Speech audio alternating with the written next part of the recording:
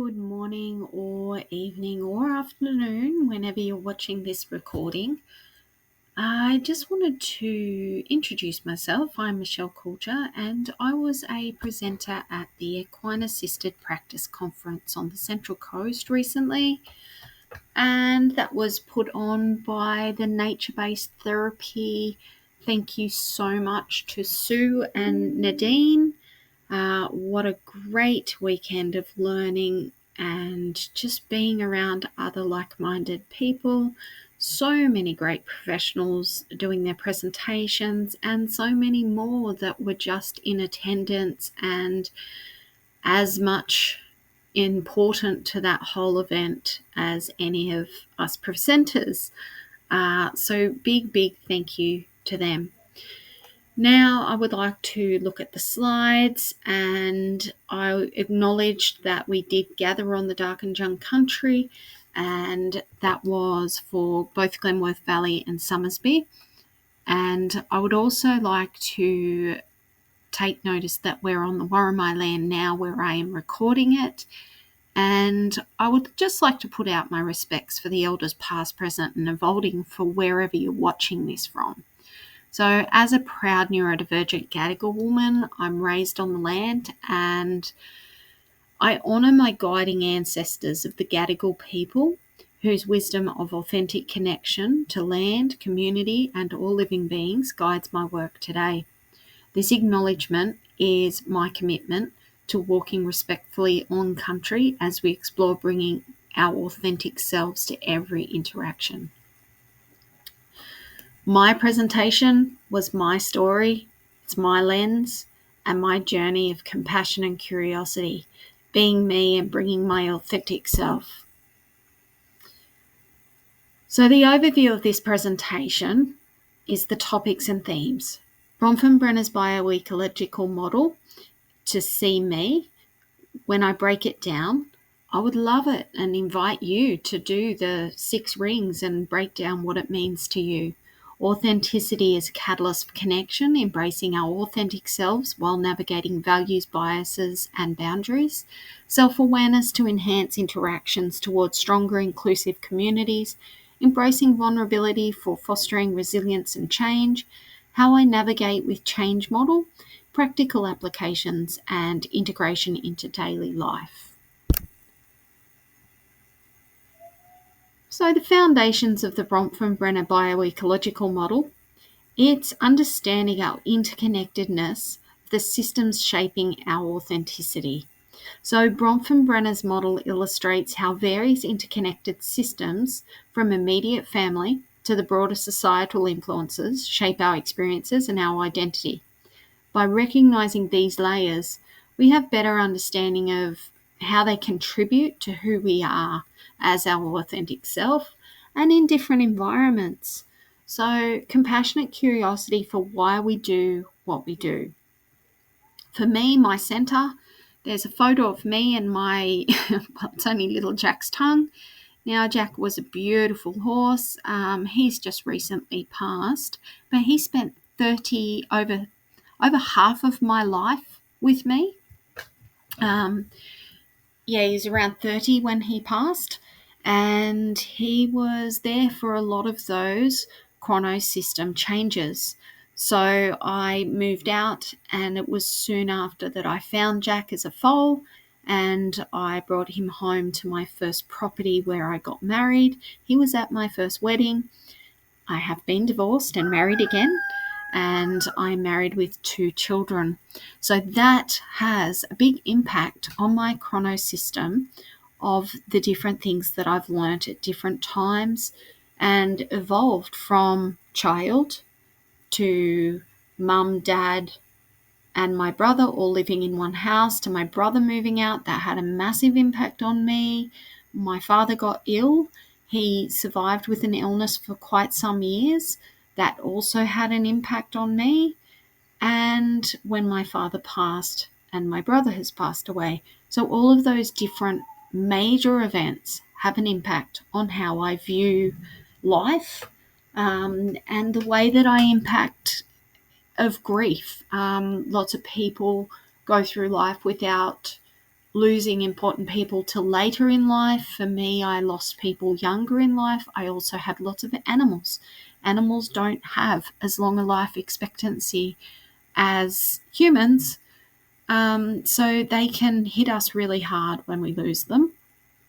And all of those things impact on the way we view life around us, the way we view living and loss. And that can also be impacted by where we live.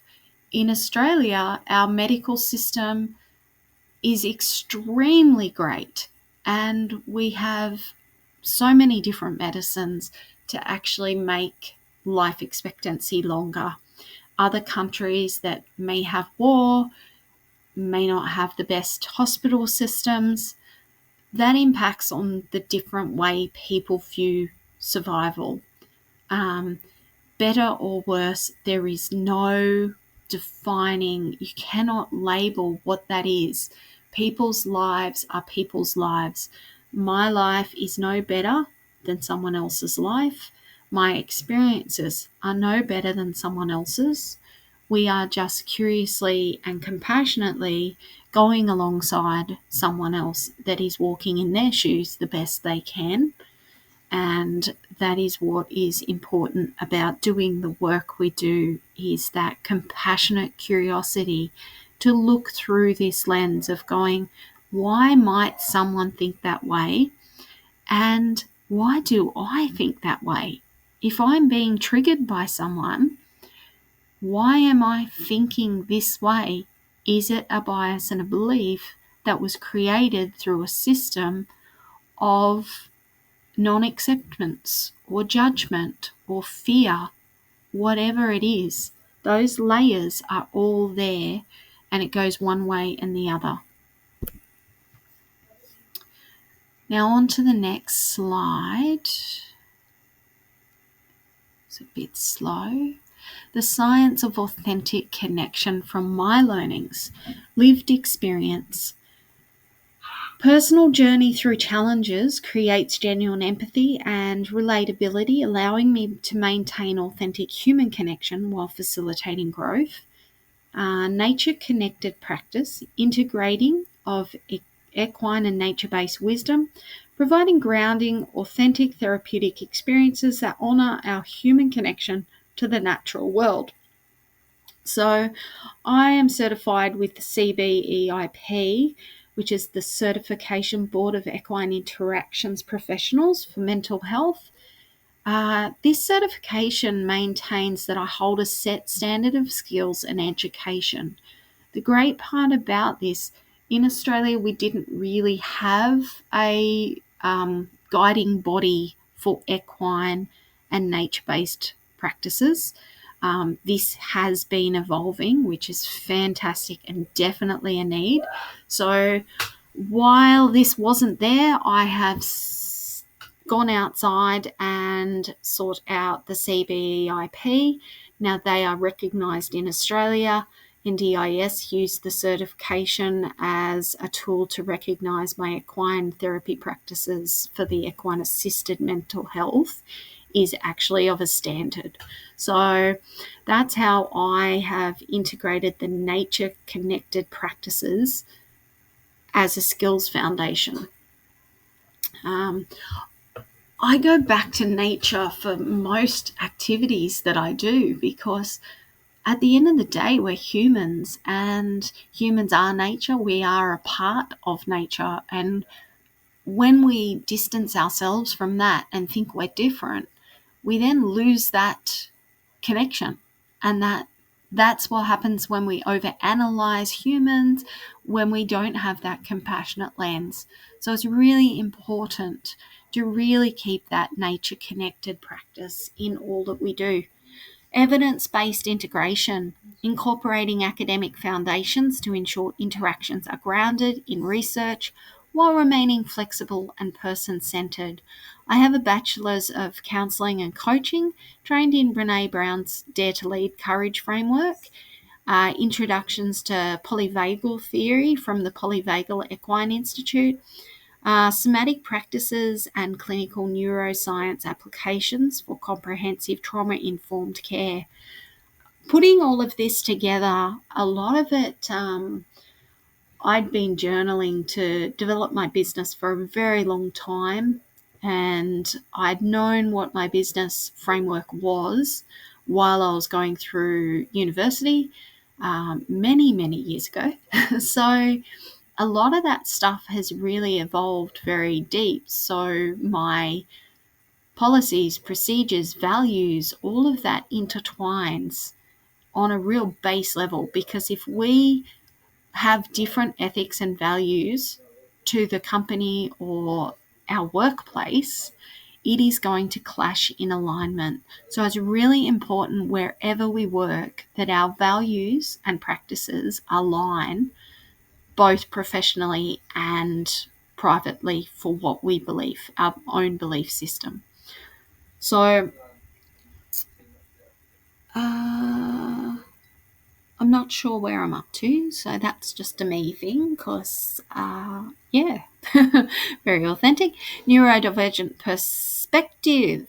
So why is this important? So my neurodivergence provides unique insight into diverse thinking patterns.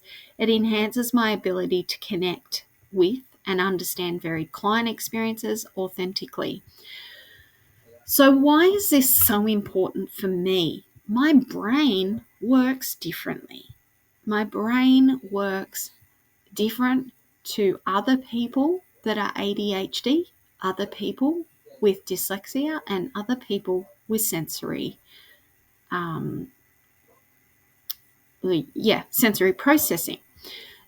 And that is normal.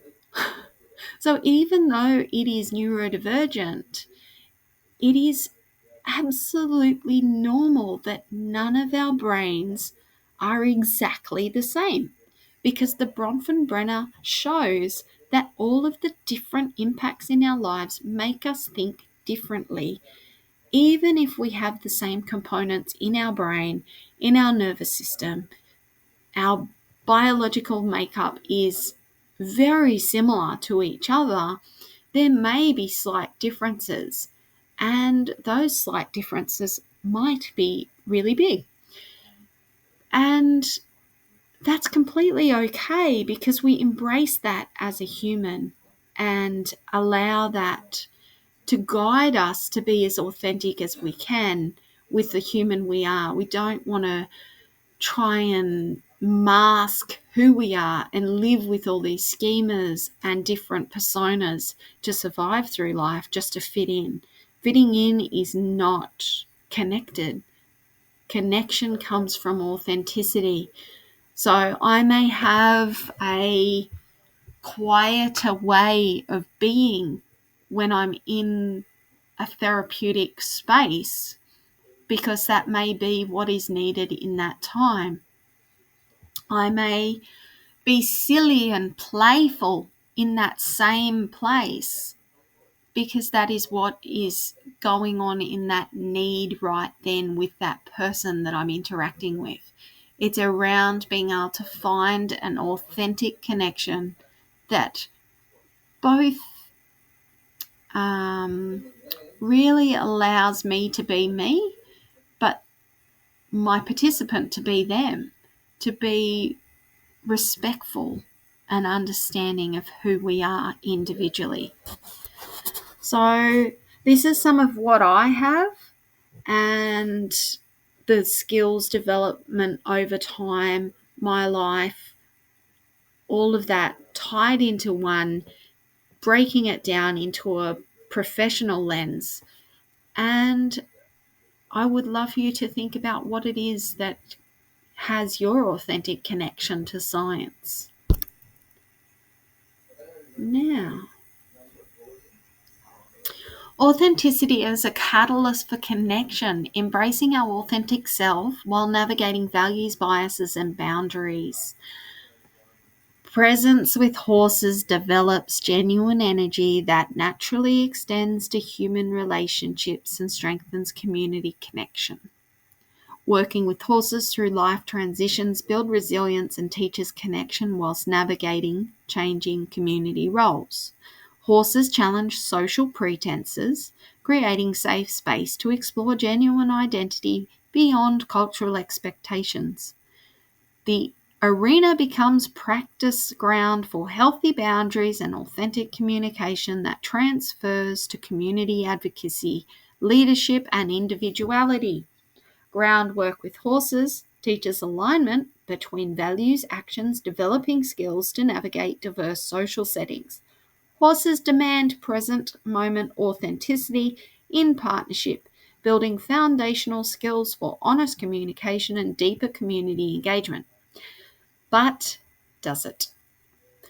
The reason that I put all of those bullet points there is because it really depends on our authentic self and how we look at the values, biases, and boundaries there. So how are we going to work alongside of horses and nature and respect our values, our biases, and boundaries? What do we do to empower our horses to be horses? What training do we put into our horses? What are our expectations? Those statements can be correct. They can also be incorrect, depending on the lens, the questions, the interaction, the setting, the day. It's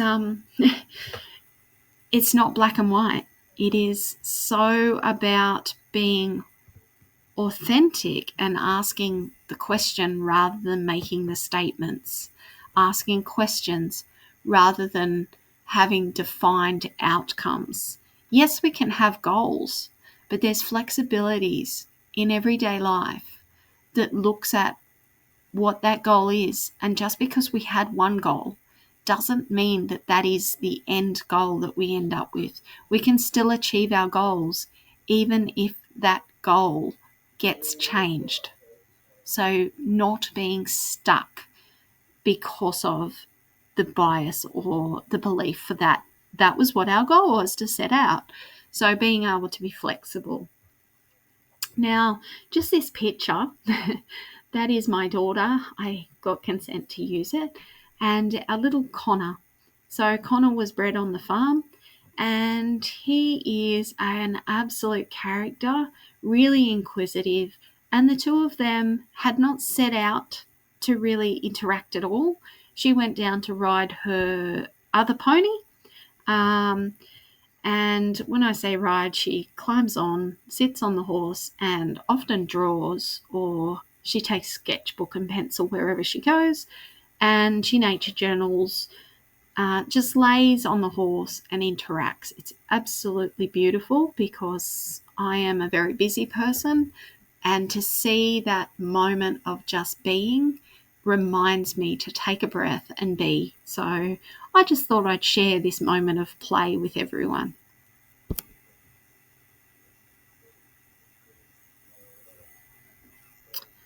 Compassionate curiosity fosters self-awareness and inclusivity through understanding diverse perspectives. Are these statements fact? Non-judgmental approaches with horses can build capacity to approach others with genuine interest rather than assumptions. Awareness of your own emotional states and triggers around environments create ability to remain curious about other perspectives during challenging situations and conversations. Cultivating patience and presence develops essential skills for creating inclusion where we feel heard. Learning to read subtle cues and energy builds sensitivity to understand when others need space, support, or encouragement to participate. Practicing questions from genuine curiosity rather than defensiveness develops skills to navigate difficult community topics with openness. Partnerships foster humility and willingness to learn, building mindsets for continuous growth in cultural competence and inclusive leadership. Are these statements facts? feel free to think about them. Feel free to build on them. Answer each statement with a little bit of information. I love getting curious around our actual policies. I worked with a company that was for Indigenous foster children.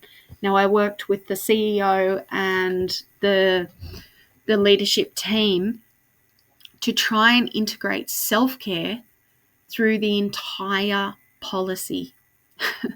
So it was fascinating because what we looked at was lunch breaks, the way different policies and procedures, car travel, attendance, timesheets, how did all of these policies line up with the values of having good quality self-care for your staff? Communication, how do we give feedback? How do we do appraisals? All of those questions were asked with a lens of self-care. Now, that then means that the company is showing that it's putting the person that's doing the job first. If our workers are well looked after, top down, our clients are going to be better looked after, because we all know a stressed out mum, a stressed out dad, a stressed out family, a stressed out boss, or anyone in that point, even our animals, if our animals are stressed, we are more likely to have explosive outbursts. We are disconnected. So really, really important to have our own self-care and care of our team and our environment as a very important part when we look at compassionate curiosity. Now, moving on. Embracing vulnerability to foster resilience and change encourages reframing challenges into opportunities for growth. Horses can be scary. Create safe space to practice showing up authentically despite uncertainty, building courage to be vulnerable when it matters the most. Working with horses when feeling uncertain or afraid develops shame resilience, learning that vulnerability is a strength rather than weakness. Groundwork requires letting go of perfectionism and control, fostering wholehearted engagement with life's challenges and opportunities. Horses respond to emotional honesty, teaching that vulnerability creates genuine connection, while emotional armoring creates distance. Partnership work builds distress tolerance and emotional regulation, developing resilience to navigate change whilst maintaining openness.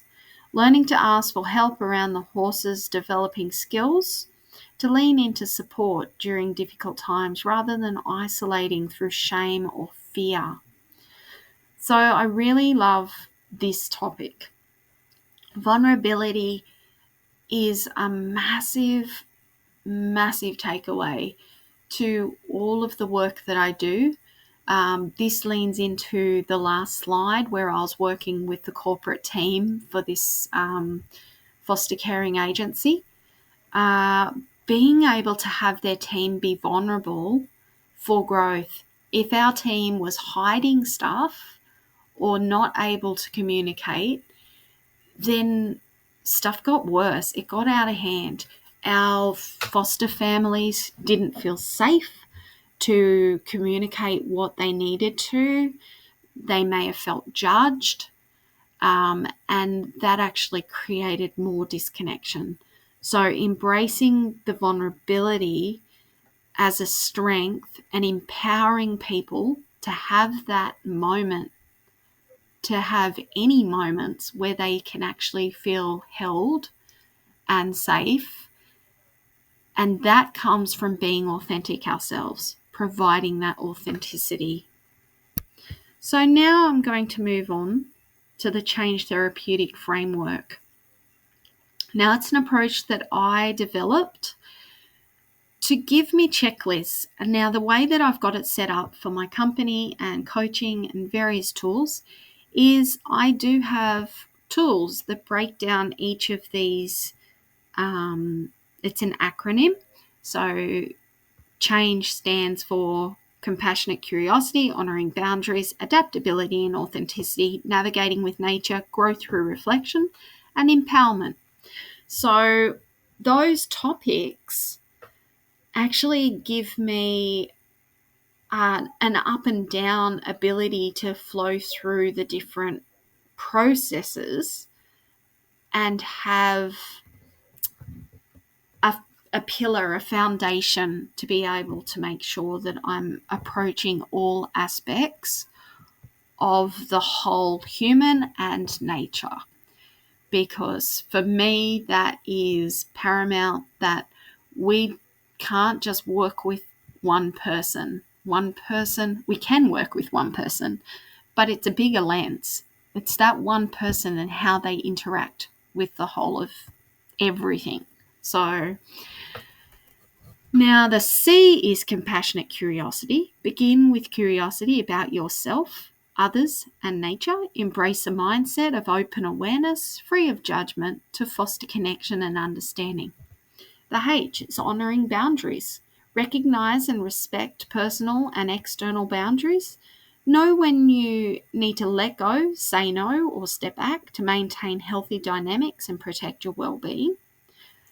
A is adaptability and authenticity. Embrace change and challenges with authenticity. Be true to yourself while adapting to meet the needs of others, balancing self-awareness with situational flexibility. And navigating with nature. Use your connection with animals, nature, and the environment as a guide for self-regulation, resilience, and grounding, applying lessons learned from your horses and surroundings. And a big one with that, remember we are nature. So what we do with ourselves, the way we interact with others, our nervous system is there creating that navigation with nature. G, growth through reflection. Reflect on your experiences to learn from adversity, mistakes, and triumphs. Develop resilience by understanding the deeper meaning behind your interactions and reactions. And finally, E for empowerment through exploration. Empower yourself and others by exploring new perspectives, methods, and possibilities. Use self-awareness and curiosity to challenge traditional approaches and create meaningful intrinsic motivation. So that's my change model. And here's another little thing that I just thought was really cool. Diversity is the dance of connection, and it enriches our interactions and transforms our communities, reminding us that our authentic selves create the strongest ties. We really do need to be authentic to have connection, because if someone's connecting to a facade or a mask that we've put on, then they're connecting to something that's not grounded from our core. It's a protection. So yeah, it's really, I love this work. What reflections or questions do you have? So feel free to reach out for a further discussion. So my Flying Changes website is there. There's Flying Changes Development Coaching Facebook page. Send me a message, reach out. I love going down these discussions. And if you're after supervision or mentoring or want to do from professional development, I am willing and open to that. I have done quite a bit of networking and professional development days in different areas. So I work very closely with ice hockey and do quite a few community groups with the ice hockey teams, and also working equitation, horse riding, and also the equine facilitated therapy. So if any of these things float your boat, reach out and send me a message. So thank you for taking the time to listen to this PowerPoint. It was presented differently to the conference because the slides weren't working at a start, and then they were, and then they weren't. And we also had other horses around and different things that I won't deliver this the same, even if I had the same slides every time, because the way my brain works, reading from a slide is just, it'll go where it goes. So that's me being authentic and the way that I throw it out there. So I really do thank you for your time in sticking with us. I know it's been a while of me rambling on, and thank you. Bye.